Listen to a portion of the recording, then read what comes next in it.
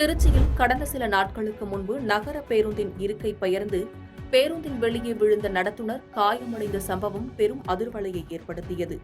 அதைத் தொடர்ந்து அரசு பேருந்துகளின் பராமரிப்பு மோசமாக இருப்பதாக பல்வேறு அரசியல் கட்சி தலைவர்களும் கண்டனம் தெரிவித்தனர். இதையடுத்து அனைத்து அரசு பேருந்துகளிலும் 48 மணி நேரத்துக்குள் முழுமையான ஆய்வு நடத்த தலைமை செயலர் சிவ்தாஸ் மீனா உத்தரவிட்டிருந்தார். அந்த வகையில் மயிலாடுதுறை அரசு பேருந்து பணிமனையில் இருந்து இயக்கப்படும் 3 மாற்று பேருந்துகள் உள்ளிட்ட 73 பேருந்துகள் நேற்று முதல் சோதனை நடத்தப்பட்டது.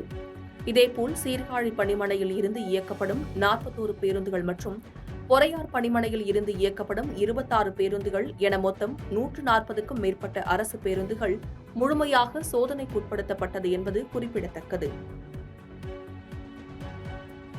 பாதகம் செய்பவரை கண்டால் நாம் பயங்கொள்ளலாகாது பாப்பா, மோதி மிதித்து விடு பாப்பா, அவர் முகத்தில் உமிழ்ந்து விடு பாப்பா.